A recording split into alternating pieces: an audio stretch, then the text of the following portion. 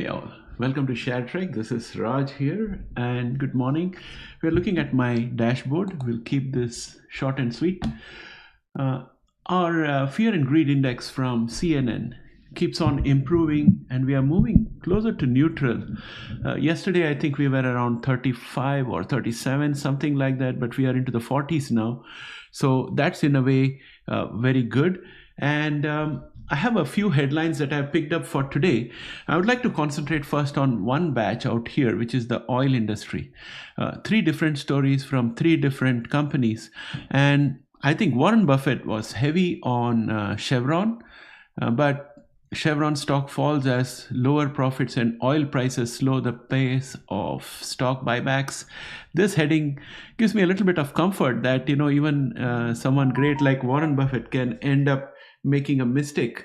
So I'm thinking, we are okay as retail investors to do a little mistake here and there as long as we don't lose our capital. Oil major Shell launches 3.5 billion share buyback, so it's doing very good as compared to Chevron, who is having problems.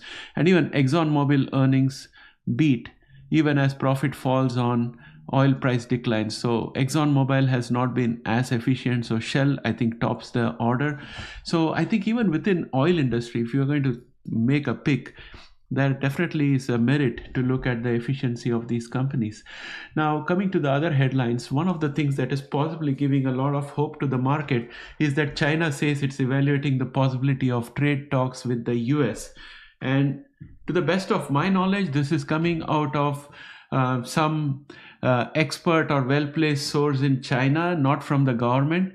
So I wouldn't think too much about it, but it could also be a kind of ploy from China to soften up things. And US retailers scramble to secure China-made Christmas merchandise as tariff uncertainty persists. So I'm thinking that Christmas inventory already is in a mess because of the tariff announcement and the way it was announced without giving a lead time to industries to plan. So there are actually cases in the news of many small businesses who were caught in the bind, and they are supposed to pay a lot of tariffs or let go of their merchandise in China itself. So that's the situation that many have already found themselves in. So I don't think this small business and mom and pop stores are going to be able to do anything. It could be for the big box stores like Amazon and others. Probably it could help them, Walmart, guys like that, Costco. Treasury yields fall as China signals possibility of trade talks with US, but last time I saw treasury yields were still high, 1% higher, 0.1% higher than before. So we'll see it when we go to the TradingView platform. China's Xpeng delivers 30,000 vehicles for the sixth consecutive month. Now Tesla is talking a lot about being a robotics company and being into AI and all that stuff. But we are seeing a lot more evidence of robotics and EVs elsewhere. And the only thing that Tesla has delivered so far is EV. And even in that, they are sliding back. I have a message from Hot Dog here that says Xpeng does make good cars, but time will tell if they survive against BYD and Geely over the next 3 years. So I think we'll have to see what happens as time goes by, because the competition within the US, I think, is very limited, and there's a lot of protection for Tesla because of the way the tariff has been structured. Tesla seems to get a lot of benefit out there, so it could cannibalize some of the market of the ICE engines being produced within the United States. So we'll see what happens. Let's go ahead. Jobs report Friday to provide important clues on where the economy is heading. So I want to briefly talk about this after I finish my dashboard. But you look at the dollar index, we are still back below the 1 mark. And also the 2-year, 10-year spread is still about 0.50, which is a blinking recession indicator. So I'm thinking that we have cause for concern, and all the indices are looking green. as we head into the market. These are all the futures, and we'll have to see whether it can withstand the jobs report. Now, speaking of jobs report, I want to go to the economic calendar. I just want to give you how blind the market has been to economic data in the search for some kind of optimism to be bullish. Now, look at the JOLTS openings, right? It came out weak. So that was the first hint that things are not going bad in this week. And then we had GDP growth rate, which came way below what was expected or forecasted. In fact, 100% below. The market discounted that also. And then we are looking at our personal spending month over month, which has gone up a little bit, could be because of the higher costs.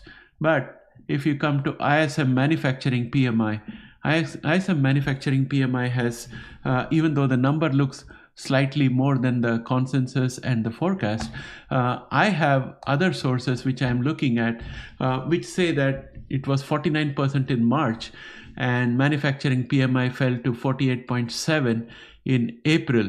So compared to where it was in the previous month, it is down. I'm not talking about matching it against consensus. And it also appears that new orders increased by 2 points, but it remains in contraction at 47.2, anything below 50, right? And employment and production indexes continued to contract. 11 industries reported this month. They reported growth, and including 4 of the 6 largest manufacturing sectors. Tariff concerns are impacting operations and profitability, and the section that accounts for buying has gone up as compared to the ones that accounts for storage or inventories. So that's what I have got out here when I dig deeper into ISM manufacturing index. And non-farm payrolls are going to be out today at around 8:30 a.m. Unemployment rate is also going to be out. If they do not come favorable, then the next shiny thing that the market is going to look at is that we'll need the Fed to come in and reduce interest rates to promote employment. And that could again push the market up. And the markets are looking at very critical levels right now. And that's the reason why I'm a little bit concerned. Let us go to the futures. Let me show you what I'm talking about. This is a major line of resistance, and we are creeping up above that. We are up 0.36% in pre-market for S&P 500, which means we are going into a bull channel. I am thinking that we need to be bouncing back down from here because of all the bad news that we are seeing. MACD is kind of fluctuating between going towards the signal line and staying bullish in the pre-market session. So once we have the employment data coming in, we'll have to see how the market reacts. Is it going to be unbridled galloping forward to go for a bullishness in S&P 500? If that happens, I would be very happy because I have dollar cost averaged into quite a few Mag 5 stocks. I can take that, but I'll be afraid because I have got shorts of S&P 500 and I've also got shorts of FANG stocks. So in those two areas, I might suffer, but we'll see what happens. But right now, I don't think the exuberance is worth it. And we can also see it in the relative weakness. NASDAQ is still below this diagonal line of resistance. And this is NASDAQ futures we are talking about. And MACD is showing a little bit of bend towards the signal line. Both NASDAQ as well as S&P 500 futures are looking excellent if it wasn't for the fundamentals that we see, which are looking weak. And then let us go on to have a look at where we left the indicators yesterday. S&P 500 was left just below this diagonal line of resistance. And I'm thinking that this is likely to push us down today. And for today, the resistance is going to be at 5,646.04 and the support is going to be at 5,489.99. And MACD and momentum both are looking bullish. They are not very steep. They could go flat as well in order to stay within this range today. We'll have to see what happens. Of course, jobs report could make a lot of difference out here. Same is the story for NASDAQ. There is this minor line of resistance, which is at around 19,855. We are just above that right now, or just under that, because this red candle is the candle for today. and for yesterday, and we are just below that if you see this dotted red line. So I would say that we have minor resistance at 19,865 today, and we have support at 19,466.23, and our resistance is going to be, ultimate resistance is going to be around 20,330.06 for today. MACD and momentum all are looking good for Nasdaq. And if you look at QQQ, we have got a support at 468.74, and our minor line of resistance at 484.96 will continue to perform the role of resistance today as it did for yesterday. And we have a gap up out here which needs to be filled. So all that indicates that if there is weakness in the job report, then we can see the market coming down a tad. Now VIX is a little bit subdued today this morning, and it's down 1.30%. This is not the live VIX, is it? Yeah, it's open. It's 1.3% down, and it actually started way lower during the day and it has gone up today. That's why the candle is green, but it's still below where we closed yesterday. It's down 0.31 from yesterday's closing. And then if you look at put call ratio, it is absolutely bullish at this point of time. And let's go on to have a look at what's happening with our AI stocks. NVDA is continuing to inch up. It's trying to break through this resistance at around 113.73, and it's at 112.59 today. It's up 98 cents in the pre-market trading. So I would say that for today, 113.73 is our first resistance, and our second resistance is going to be around 119.90. Whereas the support is this huge zone of support which starts at 109.36 and ends somewhere around 107.09. So that's the range for NVIDIA. If NVIDIA goes up, I think the stock market will go up along with it. Our momentum is looking much better than it did yesterday. It's above average and pointed upwards. MACD is also looking pretty bullish, and we have earnings coming out on the 28th of May. So overall, NVIDIA is looking good for business today. Meta is up 0.90% in pre-market trades. Our resistance is going to be 581.20, and our support for today is going to be 549.74. And we have Google, which is up 0.74% in pre-market trades. Our resistance is going to be 164.57 for today. And if we break through that, which I think we will, then our next resistance is going to be 169.03. Our support happens to be the dynamic line of support out here, and it will give us support at 158.96. So that's the scoop for today as far as Google is concerned. Next, we go on to Amazon. Amazon is down 0.84% in pre-market trades, and it continues to have support at 184.17, and it has a resistance at 192.01. And if you look at Apple, Apple is down 3.39% in pre-market trades. It has got a resistance at 207.21 for today, and it has got a support at 198.99.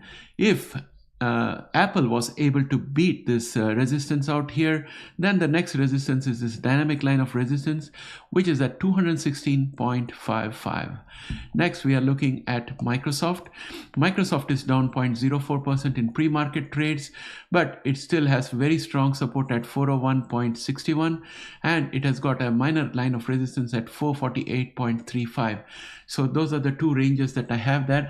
I would like to add another minor line of resistance here today, and this is because we moved yesterday due to the earnings, and we covered a lot of ground, and in the process we uncovered another minor line of resistance. I have to color this orange, which is our code out here.